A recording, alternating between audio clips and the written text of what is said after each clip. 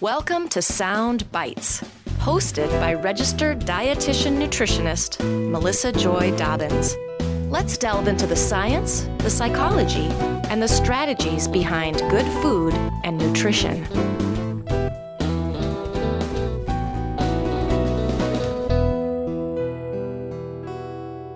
Thanks for tuning into this episode. Now, while I do share a little bit about my menopause journey during the interview, I wanted to let you know that if you're interested in a little more information about my experience with weight management during this life transition, including how I hired a dietitian to help me, then stay tuned after the interview with Liz and Hillary.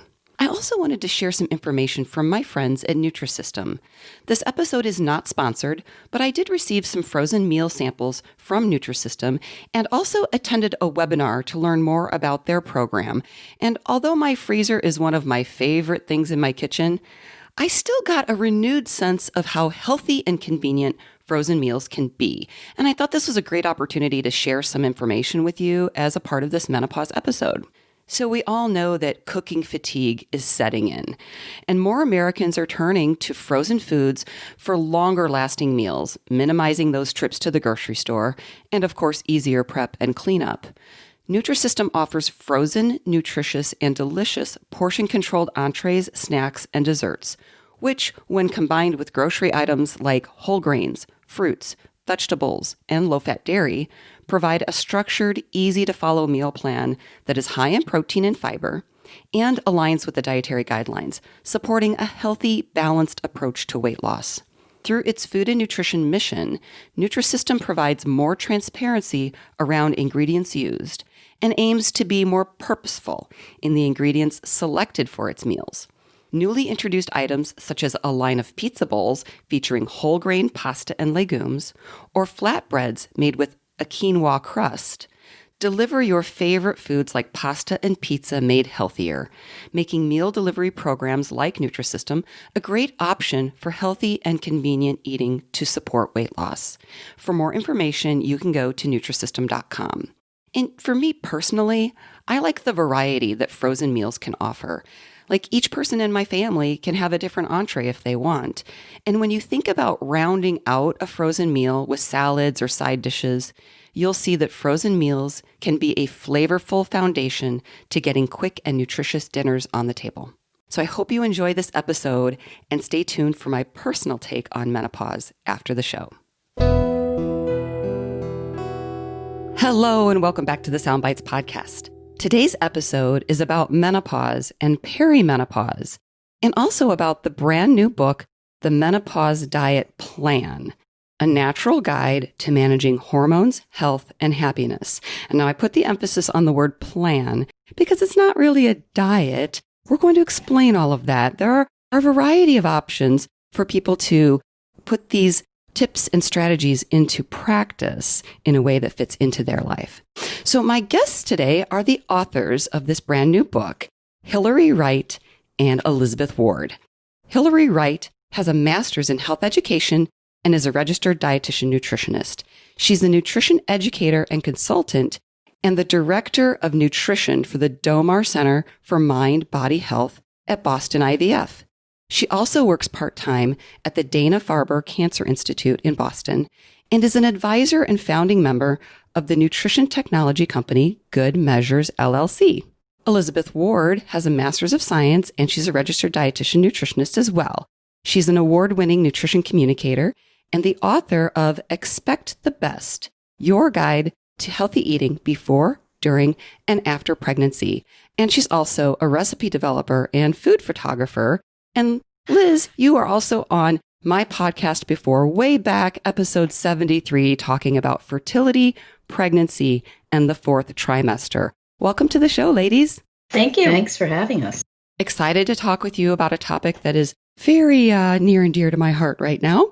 I turned 52 years old in September, and this episode will probably release after that. So I have been dealing with menopause and perimenopause myself. Now, before we jump into all things menopause, I understand that you guys met in college and you've been really good friends ever since. And this has been a really nice project for you to collaborate on. I'd like to hear a little bit more about both of your backgrounds and the work together on the book before we kind of get into the content. Great. Well, yes, Liz and I have known each other since, I don't think she remembered this until I reminded her recently that we were put together as lab partners in organic chemistry at UMass. That's because I tried to blank organic chemistry many years ago. So Liz and I have decades of parallel life experience between us as registered dietitians and also moms. I have 3 boys, she has 3 girls, and we've shared a lot of life experience together.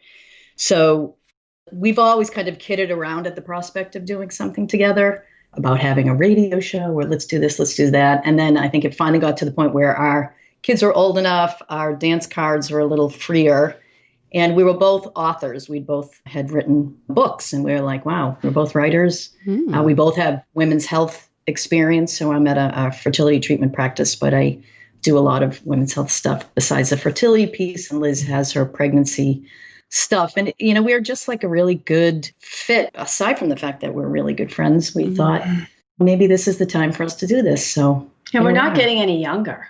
Exactly. Right? Seize the day.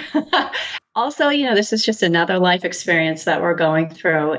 Why not write about it together? It was definitely easier writing a book with somebody that I really respect and who's very smart. And it was just nicer than doing it by myself.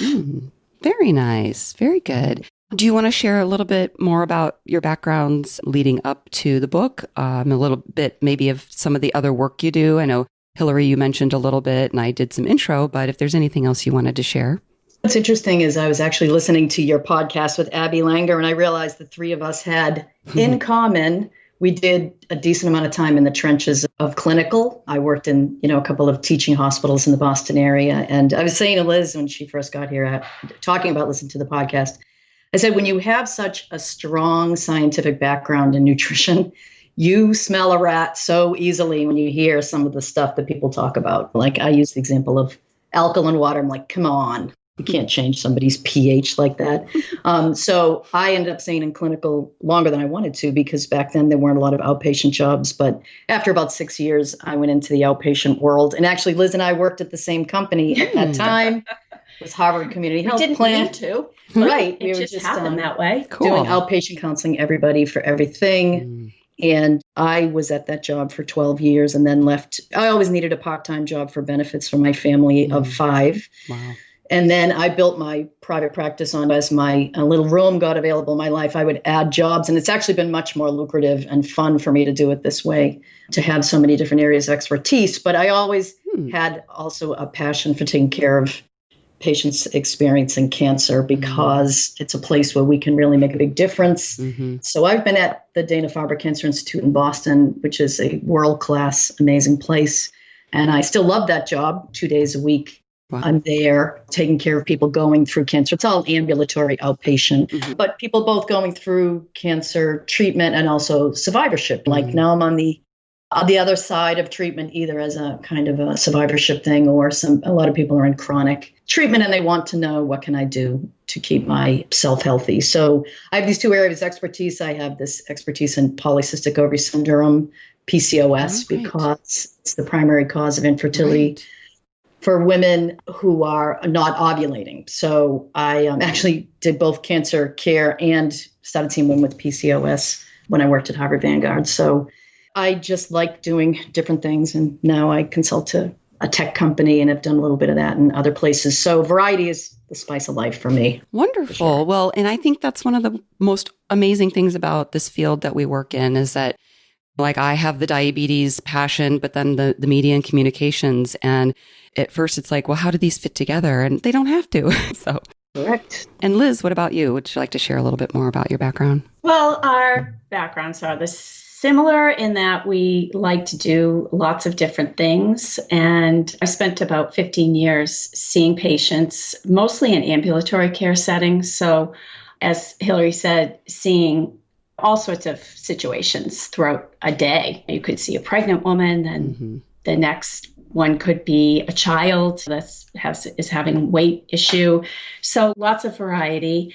And we did the same thing in the sense that we were raising our kids. And so I wasn't working full time. I was always working part time, but on the side, I had this nutrition communications business that I was building up, lots of writing, public speaking, and working with companies, working with brands. And I've been doing that for about 21 years, just doing that as my own company. So before that was part-time. And then once my youngest went to kindergarten, I just went out on my own. Very good. Well, thank you for sharing more about your background and your professional experience and your friendship as well. So let's talk about this book, The Menopause Diet Plan. First, let's just kind of set an overview about what really is menopause and really perimenopause, because I think sometimes we just think about menopause, but really perimenopause is a big part of that whole journey. So if you could address that. Yes, I mean, menopause, it's funny. Menopause, it's kind of it's a not day funny, kicks it Hillary. off. Yes. Well, if we don't laugh, we'll cry. Yeah. Right. Well, menopause officially is when you have gone 12 months without a menstrual period. I actually have a friend who went 11 months and had a period. I mean, how cruel is that It's to very reset the clock? Start the clock. Yeah. So that's kind of when your hormones have solidly considered setting into menopause, but perimenopause predates menopause by potentially up to 10 years.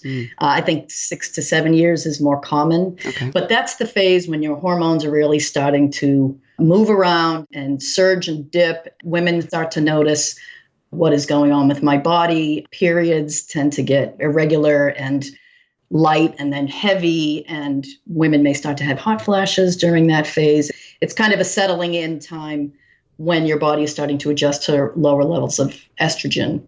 So what's confusing, though, for a lot of women is when we talk about what happens in menopause, we don't acknowledge that actually all this stuff starts a lot sooner than that. And that's one of the points we try to drive home in our book, that if you wait until the 30th day of the 12th month to start paying attention to some of these things, you may be way behind in terms of some things that you could start to pay attention to and mediate some of the changes that women find so upsetting. And then a lot of women will say, well, I'm past menopause. How does this all apply to me? It's like, well, it really applies to you now, because if you're past menopause, you really need to live a lifestyle that keeps your brain, your heart, your bones healthy. So starting probably in your mid-40s or before, you need to really take a hard look at your eating and your lifestyle habits so that when menopause comes along, and it will, you're in a good place.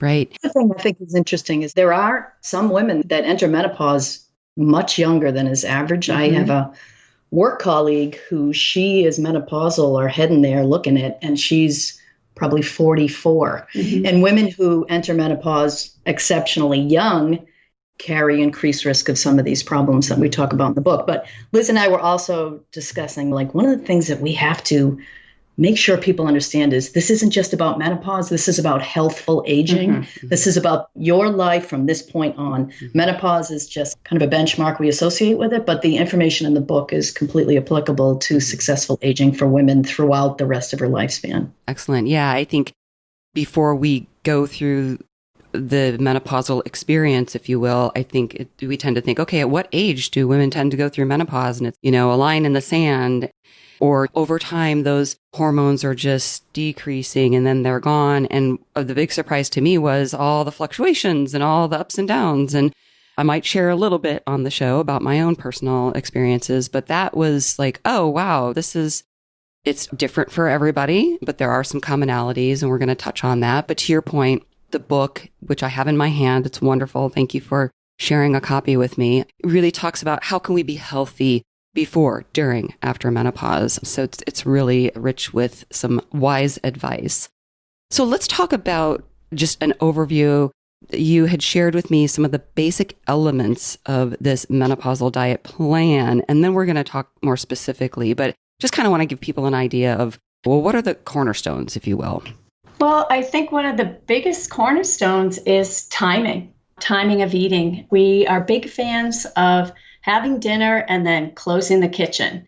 And this might come as a surprise to people, but we found that it works. And also, while we talk about calories, and we do think that you need to consider calories, you also need to consider the quality of your diet. So this is a plant-based plan that's lower in carbohydrate than a typical plan, let's say. It's below 50% carb and higher in protein. And also the physical activity is one of those cornerstones. And I appreciate you had shared with me earlier, calories matter, but they're not the whole story. And I just think that's so important. Okay, so one of the first things I noticed about the menopausal diet plan is on page 9, you're very quick to say, there's 3 paths there's a million paths that people can go to be healthier, but you have outlined 3 paths to healthier eating based on individual needs. So I'd really like you to share that because I love this approach because I think there's something for everyone there. I think what we really wanted to emphasize is that we've been talking to people about diet, lifestyle as nutrition educators and just human beings for a really long time. And no one individual enters any phase of life at the same place. So particularly I work in the ivory tower in the shadow of Harvard, and both of the places I work in, often we're surrounded by a lot of really smart people. So some people will come in to the experience and feel like, I have a pretty good idea of nutrition and physical fitness, and I prioritize this, but they want to understand menopause better. And so there might be people that we're offering them some tips and some recipes and some sample meal plans that reflect certain calorie levels just so they can kind of relate. People who just want things to look at.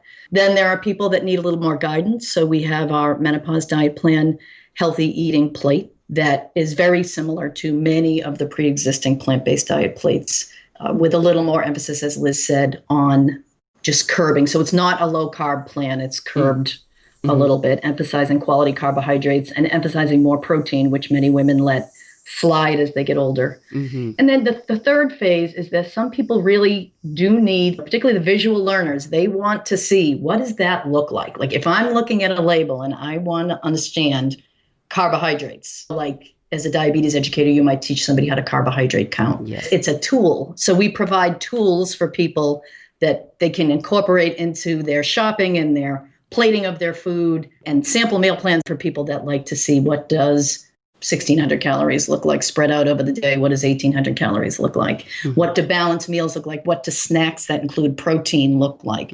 So we really try to cater it to people without jamming everybody into kind of the same program, so to speak.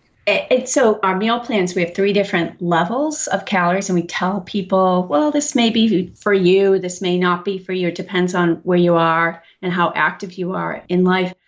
And they serve as a pattern. You don't have to be locked into them. And like Hillary said, some people have never had a problem with their weight, right? They've never had to watch anything they've eaten. And then all of a sudden, bam, menopause comes along. They haven't prepared. And they have a lot of belly fat, and they're saying, I want to get rid of this. And so there's structure there. There's more structure, but you're certainly not locked into any one way of eating. We provide, I think we've thought of everything, don't you? I think so. Yeah. Well, primarily because we've both been through this experience, and so we came at it with our own ideas of what people were interested in and might want to know about. But I wanted to follow up on something Liz just said. I was speaking with my OBGYN about menopause weight gain a few years ago, and she said, even the people I think that get the most worked up about this are the really naturally thin women who have always had, flat stomach. And now all of a sudden they're like, whoa, what is this? Compared to those of us who, really haven't. We're like, hey, we know what this is. Haven't had a flat stomach. Maybe I did way back then. 3 kids blew 20. That to smithereens. Yeah. But we tend to discourage people from thinking that they can micromanage every aspect of their body image as well, but certainly to give them ideas of what they can do to contribute. Right. And I think, that just shows the depth of your experience working with real people, counseling individuals, groups, and so on, is that, it's not a one size fits all. And to show people right off the bat in the book, like, hey, kind of have this concept going in, and then before you get to the sample menus and the recipes and all this stuff towards the end, you're giving them information that we're going to kind of touch on some of the highlights, but you're kind of giving them an idea right off the bat. Like, this isn't like you're fitting into this particular specific plan. You have options. I think we also insist on teaching people how their bodies work so they understand why we're saying what we're saying. Yeah. That's so different than just being directive, do what I say because I'm smart and I have credentials, but to actually give people an idea of when Liz does a fantastic job of talking about muscle maintenance with age. That's totally different than just say, eat more protein and work out. Help people understand why that's important. Yeah, we're definitely going to touch on that because that's been a huge thing for me. And I have really strong feelings about that.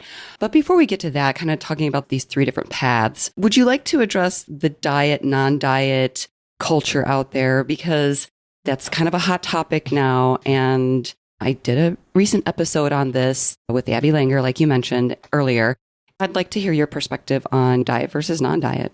Yeah.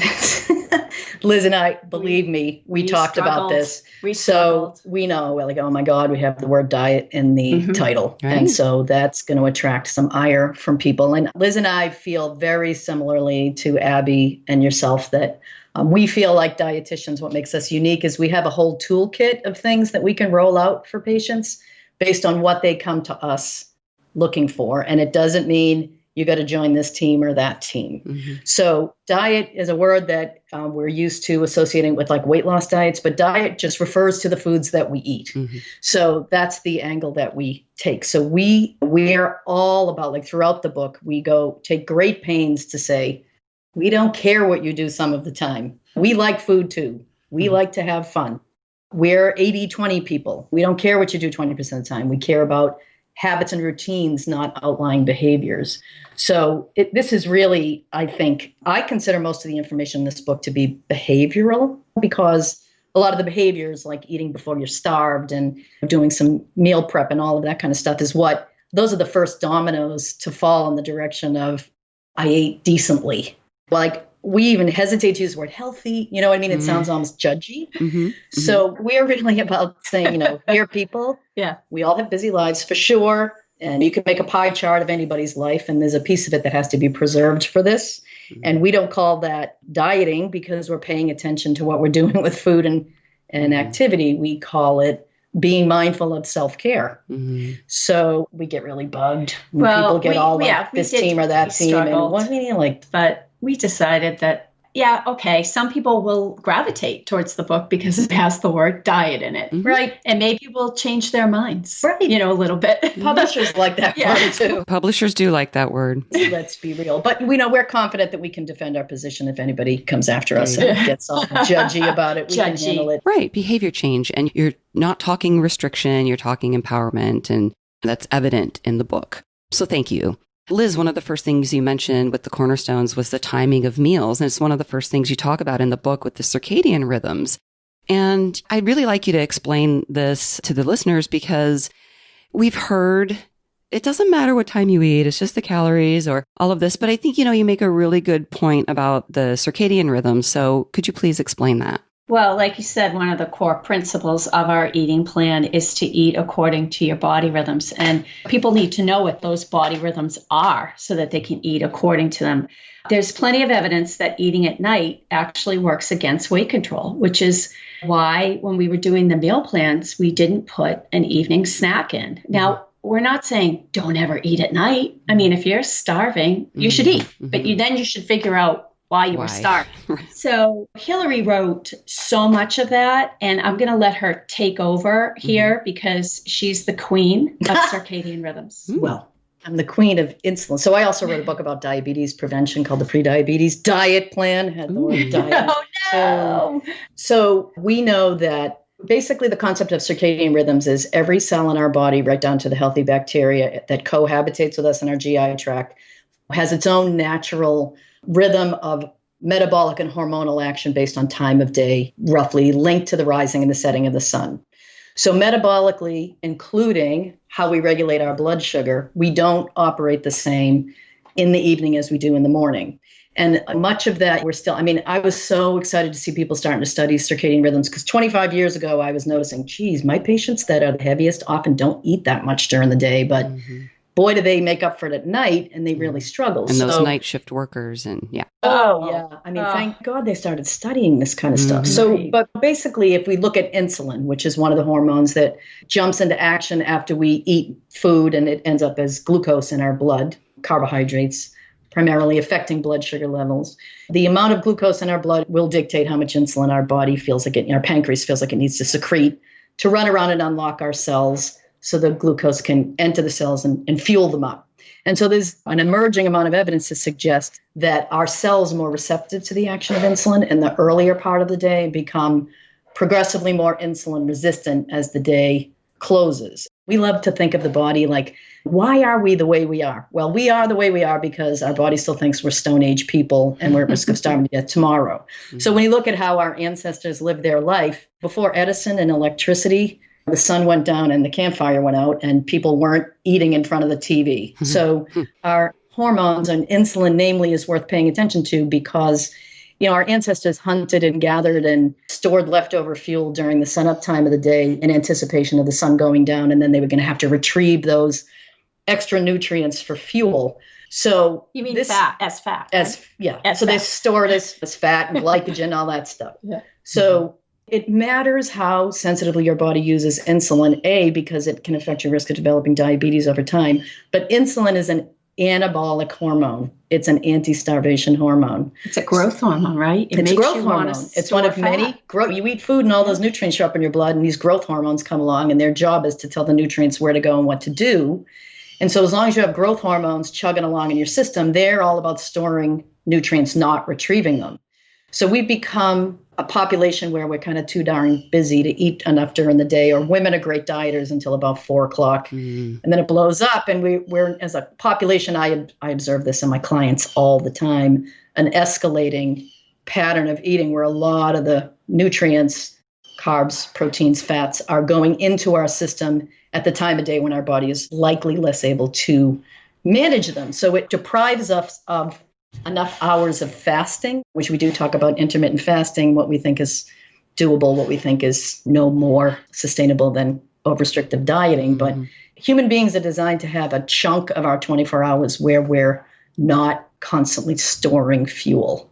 So women often, I think people in general often end up overeating at night, and they're depriving themselves of those down hours where their body will then be able to retrieve calories. It's kind of constant storage. So one of the reasons we don't want people to eat overnight, of course, is because they're working against their bodies. But the other is because they get into this habit where they're eating from dinner time to bedtime, which is a lot of extra calories too. Like that all gets out of control. And then they wake up the next day and they don't want breakfast. I mean, no wonder they're not hungry. They're not hungry. So they skip breakfast, they skimp on lunch. And again, we're right back into that cycle. And I bet so many women listening to this right now are saying, that's me. So we teach women how to reverse that, how to kind of take those calories, push them up during the day, and just be on a more even keel. And also to be aware that we acknowledge that people eat for reasons other than hunger. And a lot of people, women in particular, I think, can use food to transition to the relaxing time of the day. So if you've had a kind of filling dinner and you find yourself kind of automatically going to eating in front of the TV, it's important to figure out, am I drawn to that because I'm not eating enough during the day? Or am I using food as stress management or transitioning to relaxation? And we know that stress eating is a significant factor in making it difficult to keep weight off. So absolutely.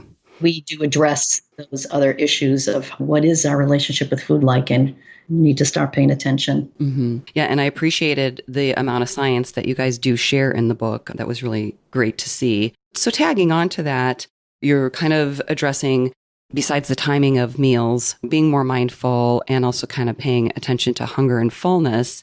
I had this strange thing, and speaking of talking to your primary care physician, my appetite, I've never been a big eater, but as I was aging, I just felt like, gosh, I'm eating the same amount of food, which especially at dinner time is not a lot. And I'm just so full all the time. And I said to her, could that be because of menopause and my metabolism slowing down? And she's like, no, it doesn't work that way. And I'm like, but does it? I mean, maybe my body's telling me I don't need all those extra calories. Have you seen that with other people where it does kind of match up if they stop and think instead of just kind of going on autopilot or reaching for food for reasons other than hunger? Do we see appetite decrease with age? I think if you get less active, your appetite may decrease. I think one of the things that Hillary constantly kept reminding me of when we were writing the book is that, think of our lives when we were in our 20s and 30s and 40s. We never sat down. We were chasing a kid. We were working. We were cleaning the house. We were doing yard work. I mean, we were busy. And I think that activity gets discounted in a way. And as we get older, we get gradually more sedentary. We might go back to work full time now that the kids are off and settled, and we're just not burning as many calories. So if you are being mindful of your hunger and you're truly eating in response to your hunger, yes, I can see where you would feel fuller. But if you don't change anything else, though, I'm not really sure why you would feel fuller. I mean, if you were still as active, but it's different for everyone. And you just have to pay attention to your own body. Interesting about this, because I see this now, and my parents are both in their early 80s and they're in fantastic shape. People do metabolically slow down as they get older. I mean, death is out there eventually, right? So as we get older, we have to look at, okay, what can I influence? So that's why so much emphasis, like Liz does, this knockdown job of the importance of maintaining muscle mass. It's like one of the only cards we have in our deck to, buoy up our metabolic rate, because there is a little slowing down of metabolism. And I mean, I'm constantly on my father, like, did you eat enough protein today? Like as they get older, and he's in great shape, but he's almost 84. My mother's 82. Yeah. You just don't need as much food as you get older. And this does start earlier than we think, but it's certainly different from person to person. And I'm sure genetics play a role, and people are complicated. It does make me think of the little old lady or little old gentleman who, they eat like birds because but I'm like, gosh, I'm not there yet, am I? But hopefully. But you brought up the strength training again, and that was the next thing I was going to touch on, because it's so important. And maybe you can address that along with how it's not a low carb diet, quote unquote, but it's lesser carb and an emphasis on the protein, because I really feel that's key, not only for your metabolism, but also for stability and preventing injuries and bone building. So I'd love for you to touch on the strength training, or I should say building and maintaining muscle, because not everybody does strength training, quote unquote. No, they don't. We really can't stress this enough, the importance of muscle.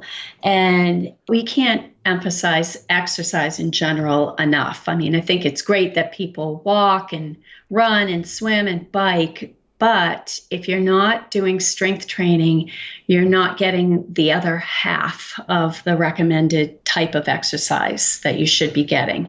Strength training helps to maintain and build muscle, which burns more calories than fat and helps with weight control. But that's really not the main reason why we want you to strength train.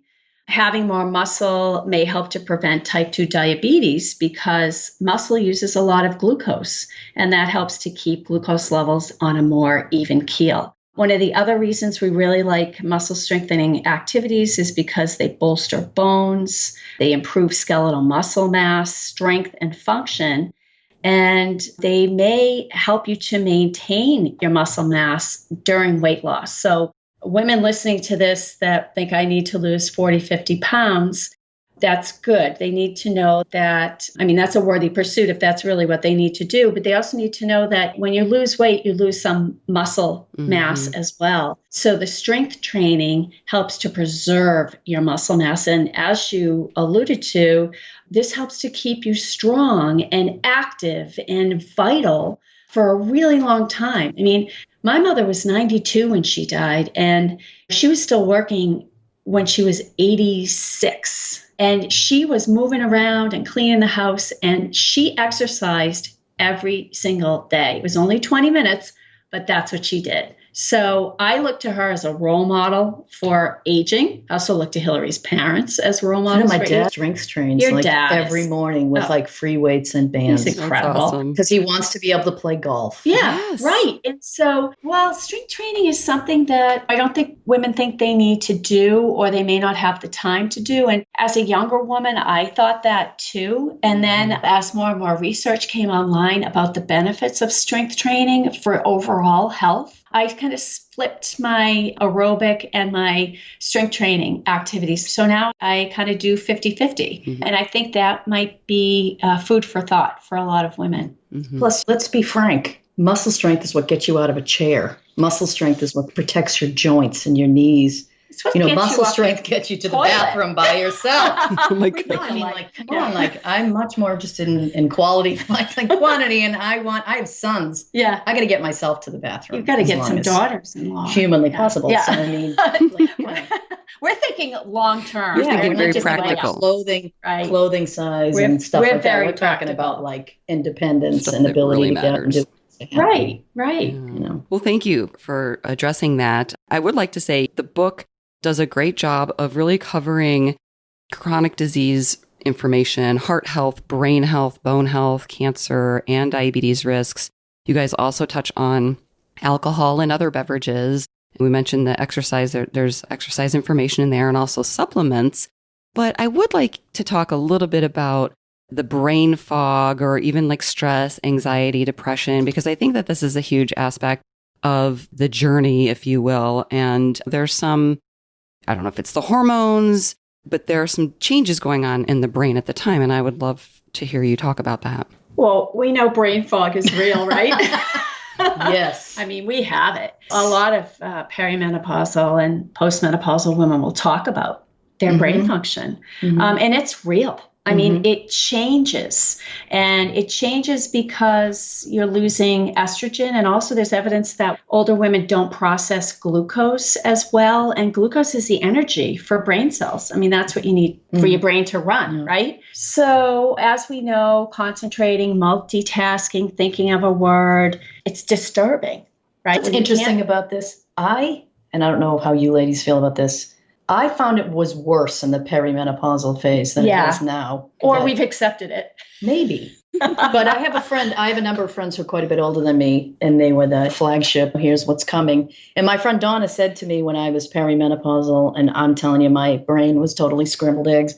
She said it gets better. Mm-hmm. And in my case, I feel like it's certainly not normalized, but I don't know, I really struggled a lot with those perimenopausal fluctuations and how I felt like it affected my ability to focus and stuff like that. Well, and it's a good thing we have people that go before us, because my sister-in-law said to me, oh, you'll think you're going crazy for about 5 years. And every time I think I am I'm losing it, I do remember that. And of course, we rely on the science about what happens to the brain during perimenopause and menopause. That whole transition really tinkers with learning, with your mood, with your memory. It may affect your ability to recall facts and figures and memories. And how about stress, Hillary? I mean, what's going on? The other thing, too, is that just because a woman is going through perimenopause and menopause doesn't mean that the rest of her life isn't also marching on. Mm-hmm. And at this stage, what's really interesting, I just have to throw this in there and then we can get back. Liz and I both hit menopause at 55, which is old. So we were going through a lot of these things at the same time, actually a little bit later, than other people. So that right in those years, you have aging parents, you have kids that are growing up, maybe not launching the way you want them to. You may have career changes that take you from being the worker bee to being the manager person. You may have to multitask and experience a lot of emotions that are there regardless of where your hormone levels are. So I think women who are menopausal appear to perceive stress a little bit more. I remember reading some research about that, women who are menopausal may stress eat a little bit more. So there is definitely some kind of mind-body stuff that goes in there that's related to plummeting estrogen levels. Well, everyone talks about regulating their hormones as if there's some magic thing you can do that's not hormone replacement therapy, right? But we need to talk about the hormones that are circulating in your body when you're under stress, like Hillary was saying, for all these different reasons or a combination of all. So when you feel stressed, your brain is flooding your body with adrenaline and cortisol. And as Hillary refers to back in the Stone Age, stress was really helpful. And it still is now, too. It gets you out of tricky situations. And that's what these hormones are designed to do. However, many women, many men, many people are under prolonged stress, especially with this pandemic. God, when will it end? This prolonged stress increases your cell's exposure to the adrenaline and the cortisol, and that actually can promote weight gain and affect your digestive system, your cardiovascular system, and your mental health. And high levels of cortisol can also mess with your memory. So it's like this cycle that you just can't get out of. Right. And I think exercise is a super important part of definitely. As I was telling my clients, the hunter-gatherer person, the fight or flight response, people got stressed and their body got flooded with adrenaline and epinephrine and norepinephrine, and your glucose goes flying into your blood to help you deal with the stress. But then they either had to fight the bear or run like hell. So we are experiencing this stress a lot of times and sitting on the couch with a clicker. We can't run. I don't think it can be stated enough, the importance of regular having a regular exercise as a de-stressor, as well as, to maintain your muscles and keep you flexible. I mean, it's so good for your brain. Physical activity is so good for your brain. Yes. And anything that you do to manage your blood sugar is so good for your brain, because pre-diabetes and diabetes are not good for your brain. Right. So there's so much gray, but also like fascinating synergy in the body, which again, we try to help people understand this so that they realize your health doesn't turn on and off like a switch because you just ate that food. Right. The only time that happens is if you have like anaphylaxis. Half a pint of Ben and Jerry's. It's like, so tomorrow's another day. That's what Scarlett O'Hara says. Exactly. Yeah. Well, I just really appreciate the science that you're sharing, because there's probably, for every one of your books, there's 100 out there that have a lot of wacky information in them. And I just really appreciate the science. And what you're saying about brain fog, stress, makes so much sense, that there could be our response to it. But in this phase of life, there's maybe a lot more of it going on. And as you also said, the pandemic on top of it, I look back probably in my mid 40s, I probably was either starting or beginning to notice some effects of perimenopause, which are more clear in hindsight. And I think I'm still in perimenopause, but I look back and I had some anxiety. That it was like just a couple of really strange experiences that I had where I was, and maybe that's Liz, your sister-in-law, saying you're going to think you're going crazy. I mean, there were a couple of times where I was like, why am I so anxious? And just kind of being like, this is weird. And looking back, I'm not having those experiences anymore, but looking back and reading some of the research thinking, oh, that could have been hormonal fluctuations related to perimenopause. But yeah, and to your point, Hillary, I lost my father. My mother's aging. She's still very young, nice, young 72-year-old, but, she went through some medical issues, and my daughter went off to college. My baby is in 7th grade. My dog passed away. Like, everybody's getting older. Oh, yeah. I'm getting older, but everybody's getting older. This is life, right? And then now we have COVID. I'm pretty sure that within striking distance of each other, Liz lost her mom, when I think of what Liz went through to take care of her mother to the end, it's just, it's incredible to me, because she was so there for her mom. And I'm pretty sure, like, you lost your mom and I lost one of my younger siblings, within right in the midst of this. this. Like a year or two. Wow. I think it was a year. Yeah, we're right going in the midst of all this perimenopausal stuff. Just out of our heads. Yeah. And all this is happening. So, I mean, all you can do is look at what's within our control. It certainly doesn't help anybody's brain or body or anything to be eating a lot of processed food and eating a lot of junk and not getting any exercise and drinking too much alcohol, which we talk about. And we wanted to say a lot more about this in the book than our editor let us say about alcohol, women in midlife. Evidence maybe that's a whole other book. Maybe it's more free time or more just like work-related fun prior to the pandemic. But, there's a lot that we can do to give our body what it likes to optimize our health and not slide into the path of least resistance. Right. Well, and I really appreciate the exercise part. Like, I need it for stress management. I need it for physical needs, and I need it for mental. I'm working on my black belt in karate, and I'm doing my ballet, and it's so much fun, and it's so challenging mentally and physically, yet it's just so much fun. And I really feel like that just makes a huge difference in my overall health and well-being. Well, I think in the physical activity chapter, we came at it from all angles, and there's like After you read that chapter, there will be no reason why you can't find something that you like Exactly. to do. And it can be as simple as walking. Yeah. We don't put forth any sort of elaborate plans. We're very pragmatic.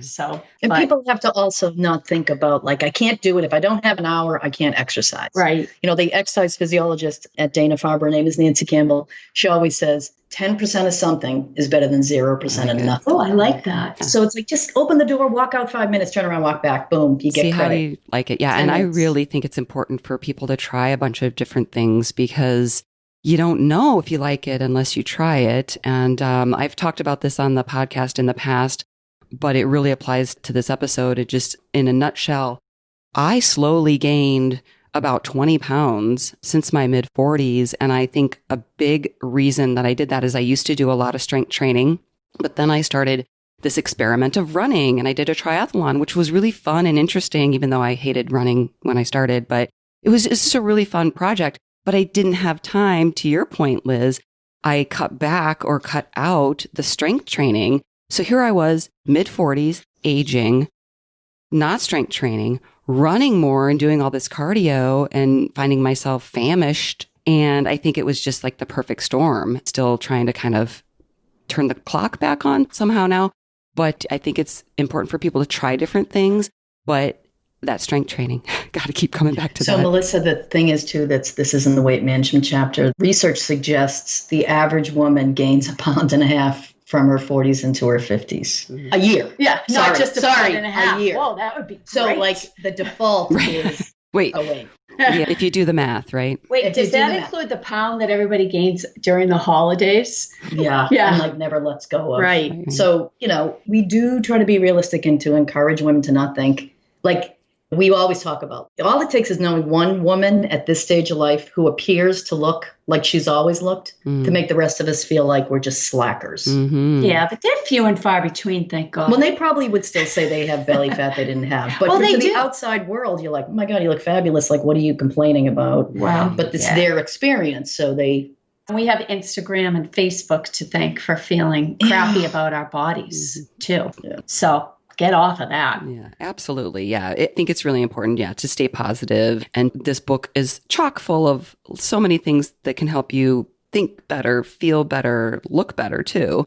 There's one more thing I wanted to touch on before we kind of discuss an overview of the diet, recipes, sample menus, and so on, is if and how aging changes vitamin mineral needs with regard to maybe supplements. And if there's anything just really important in that chapter that you'd like to share?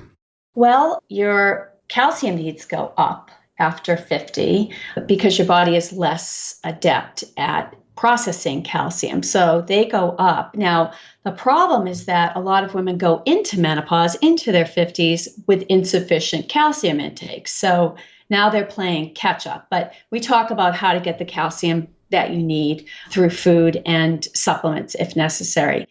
Again, your vitamin D needs, they stay the same, but again, they're often inadequate. So you have to check that out. And again, there's a lot of information in the book about that. I want to say something about vitamin B12 because after 50, your body doesn't process it like it did before 50. I don't know why 50 is like the magic cutoff age, but it is. And experts say that most of your vitamin B12 should be as synthetic vitamin B12 that you find in fortified foods and in dietary supplements. Omega-3s are something that we like to talk about because, again, they're one of those nutrients that may not be adequate and you may need a supplement in order to get enough for your brain and for your heart.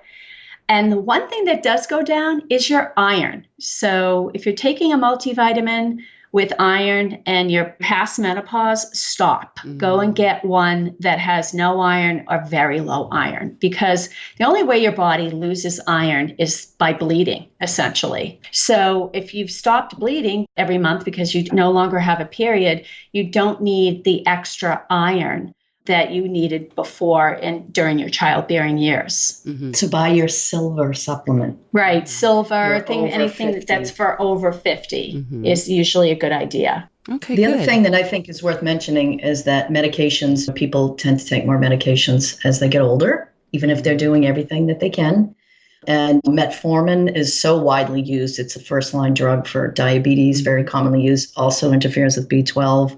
Prilosec, also called omeprazole, that category drug. You need a certain amount of acid to absorb B12, right? Right. Yeah, it's a problem with vitamin B12, So and you don't want to be on it. And there's a lot of people that are on both metformin and Prilosec. Both medications. So, until they read our book, and then they maybe can get Right. Always Those can review affect your needs. medications with the Right. pharmacist and say, I think the pharmacist is a great resource. And And say, we have information about that in the book, when too, we have a lot about of information, sure. Right. Those drug medication, we call them drug nutrient interactions, but medication and nutrient interactions. Right. Good. Well, I know that we've kind of touched on this, but I want to call out the fact that the book does include strategies for implementing the menopause diet plan, such as respecting your hunger and managing your mindset. But I would like you to talk briefly about that menopause diet plate. I know you mentioned it earlier. That was really cool to see. If people aren't familiar with my plate, it's kind of a version of that.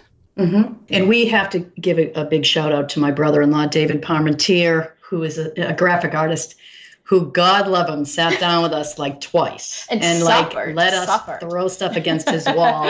And so we were just trying to, and this is not dramatically different than Choose My Plate and some other things, except for we do try to actually work right into those meals, the healthy fats, which is a component of that, and the plant side of the plate, like the fruit and vegetable side of the plate. Similar to Choose My Plate has, a larger proportion of the plate taken up by vegetables, but also including fruits. Fruit is actually good for you. It's not bad for you. It's not loaded with sugar.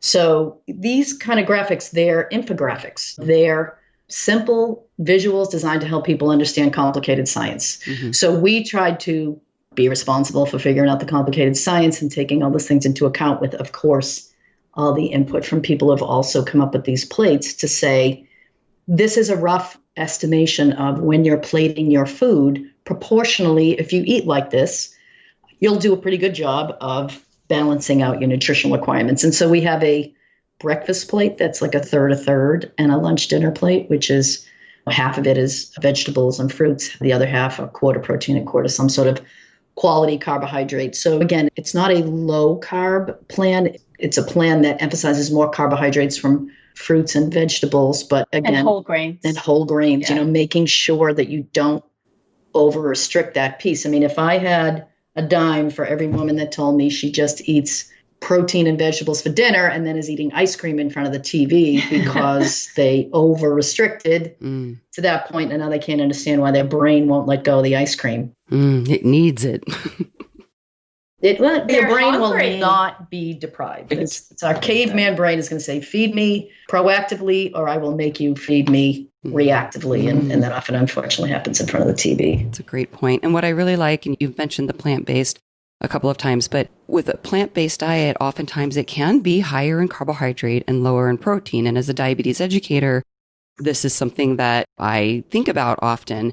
And so taking that plant-based diet, it's not vegan. If somebody wants to be vegan, fine. But looking at the quality of carbohydrates and the amount, and also making sure that it's adequate in protein. And just like some of these vitamin mineral needs increase with age, our protein needs can increase with age, combined with our protein intake decreasing with age. So just wanted to throw that in there as well. Well, when we were designing the meal plans, let me tell you, it was a struggle to work all those components in that you were just alluding to. So we wanted to make sure that we were adhering to the science. It's pretty solid that says that women probably do need more protein than what the current recommended dietary intake is, the dietary reference intake, I should say. So we work that in. And also, while this is plant-based, it's not animal-free. So there are plenty of animal foods on the plan in our suggestions, but it's very plant forward. We want to make sure that people are eating enough produce, nuts, seeds, legumes, and whole grains. Circling back to the food distribution piece, the evidence is pretty clear that our bodies use protein better if we take it in chunks over the day, particularly for muscle maintenance. And so women are like notorious for skimping and then say, I'll eat a bunch of chicken with dinner. When in reality, we encourage people to start the day with a significant source of protein, kind of get off on the right foot of balancing out your plate, because that likely will help you manage your hunger better. You know, protein is satiating. Yes. So just to kind of give our body protein exposure through meals and snacks, you know, all of our snack ideas have protein in them too. Right. You won't be hungry. Yeah. And research shows that you need a certain amount or load of protein to kind of turn those building blocks reaction on, if you will. So I'll link to an episode I did with Dr. Mike Roussel called The Strength of Science, because there's a lot of information in there about spreading your protein throughout the day and getting a certain amount. And if anybody's interested in listening to that. And this might be a good segue into the book has dining out tips. We mentioned the recipes and sample menus, but would love to hear any thoughts you have on that section of the book, and perhaps maybe what your favorite recipes are in the book. So in the breakfast section of the book, my dad contributed. My dad's a retired dentist, and he gets up really early and he makes muffins. That's one of his retirement projects. And so he's taken his life's competition at this point is to beat himself at the best bran muffin. And he's always saying, I only put so much sugar in it, and I swapped this out for that. And so we asked him to contribute one of his favorite Dr. Wright's bran muffin recipes. First recipe in the book. And they're awesome. Yeah, first recipe in the chapter. Oh, and then I also, there's the turkey burger stew, but also there's a recipe in there, a couple of recipes, the one that uses ground turkey, and then there's a chicken Italiano, of which there's countless ones, are the ones that I've taught my sons how to cook so they can be independent food preparers. They're so easy to make and delicious. You have vegetables, protein, fiber, carbohydrates, delicious taste all in one place, and something that even a young adult male can make. Well, I mean, that's the point of the recipes, is that it's not just for women going through perimenopause and after menopause. It's for everyone in the household. So everyone will like these recipes. And they're very flexible. They can be more plant-based or less plant-based. It's really up to you. Excellent. Wonderful. Well, as we're wrapping up, is there anything else you wanted to share about menopause, perimenopause, your book? I will have links in my show notes to all of your websites and how people can get the book and your social media handles and everything like that. But if you want to share your website or any other information as we wrap up. One thing I always like to point out is that what we're trying to share with people are the things they can add to their diet to pursue good health, but feel better, not be starved all the time. Like, it's definitely a proactive, eat more of this, eat more of that, as opposed to don't eat this, don't eat that. So that to me is the difference between healthful eating and dieting. Dieting is about deprivation. We're not saying there's anything you can't ever have, but we're saying, why don't you try adding this? Why don't you try adding that? Why don't you think about your food distribution? So I think, that in the spirit of us really trying to empower people to make it feel doable, I think that was a big emphasis. Excellent. I would hope that women would talk more about perimenopause and menopause. You said something at the beginning of the show, Melissa, about how you didn't really know about the fluctuations. You didn't know a lot about menopause. And I think women need to really understand their bodies, know what's going on during this time, their 40s, their 50s, and learn how to roll with it, learn how to manage it, because it's coming or it's here. And you really need good strategies. And you can't avoid it. No. There's reasons why women's bodies change. We always want to buck it and fix it and all that, but nature has some ideas of about that. And maybe, so I think just trying to do your best and not try to micromanage things, hopefully, is part of getting older and wiser. Yeah. And I really appreciate the point you make, Liz, about talking about it, because I think not only can you have a better understanding of what you might go through or be going through or have gone through, like when I looked back and realized, oh, maybe that anxiety was related to perimenopause, which, by the way, I found out by talking to somebody and learning more about the research on that. And also realizing how it is so different for different people, and that's okay. But the more we talk, the more we know. Mm-hmm. And when we normalize all of it. Yeah. Right. Yeah. Get rid of that stigma. Mm-hmm. Hillary, I believe your website is HillaryWright.com, and that's Hillary with 2 L's and Wright with a W. And Liz, your website and blog is betteristhenewperfect.com. And like I said, I'll have links to the book and everything in my show notes at soundbitesrd.com. And I just thank you both so much for writing this book and working on this project together, because I know I need it, and I know there's a lot of other people out there who need it, and it's a much needed resource. So thank you both for being on the show.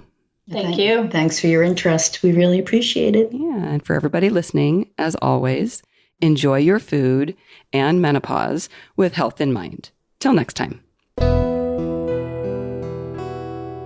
Thanks for staying after the show to hear more about my menopause and weight experience. So like I mentioned during the episode, I slowly gained about 20 pounds starting in my mid-40s, and I'm 52 now. I gained about 10 pounds when I started running and then did a triathlon in my mid-40s. And I think that weight gain was a trifecta of aging, less strength training, and more running. Then in the last couple of years, my weight crept up another 5 to 10 pounds. So last December, I reached out to my friend and fellow dietitian, Jennifer Neely, to see if working with her might be helpful. I knew that she worked with women and she often focuses on menopause, so she came to mind. After we chatted for a little bit, I decided to hire her, and we started working, mostly focusing on paying more attention to hunger levels and mindful eating, although at first I really thought those were not issues for me or contributing to my weight gain. But through my work with Neely, I discovered some important insights and was surprised at how helpful our sessions were. You see, there were no obvious solutions or low-hanging fruit. And as a dietitian myself, I had tried a variety of approaches, but my weight wouldn't seem to budge. I knew I didn't want to do any strict diets or consume my thoughts and energy on what I was eating or what I wasn't eating. And I was really hoping Neely could shed some objective light on my situation. Some of the things that I knew about myself and my habits that I thought were positive or healthy, turns out were kind of getting in the way of a deeper exploration to find a solution. So some of these things that seemed positive that were actually keeping me stuck, for one thing, exercise.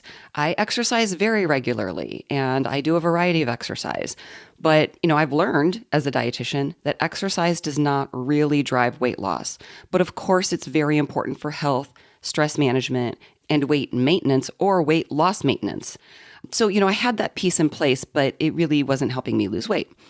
Also, my sleep, emotional health, and balance in my life were all pretty well in check, so that was good. 3, I don't eat large portions, so overeating or portion sizes were not an issue for me. 4, I don't have cravings or emotional eating per se. More on that in a bit. 5, I'm not really a snacker in the sense of snack foods, nighttime eating, and so on.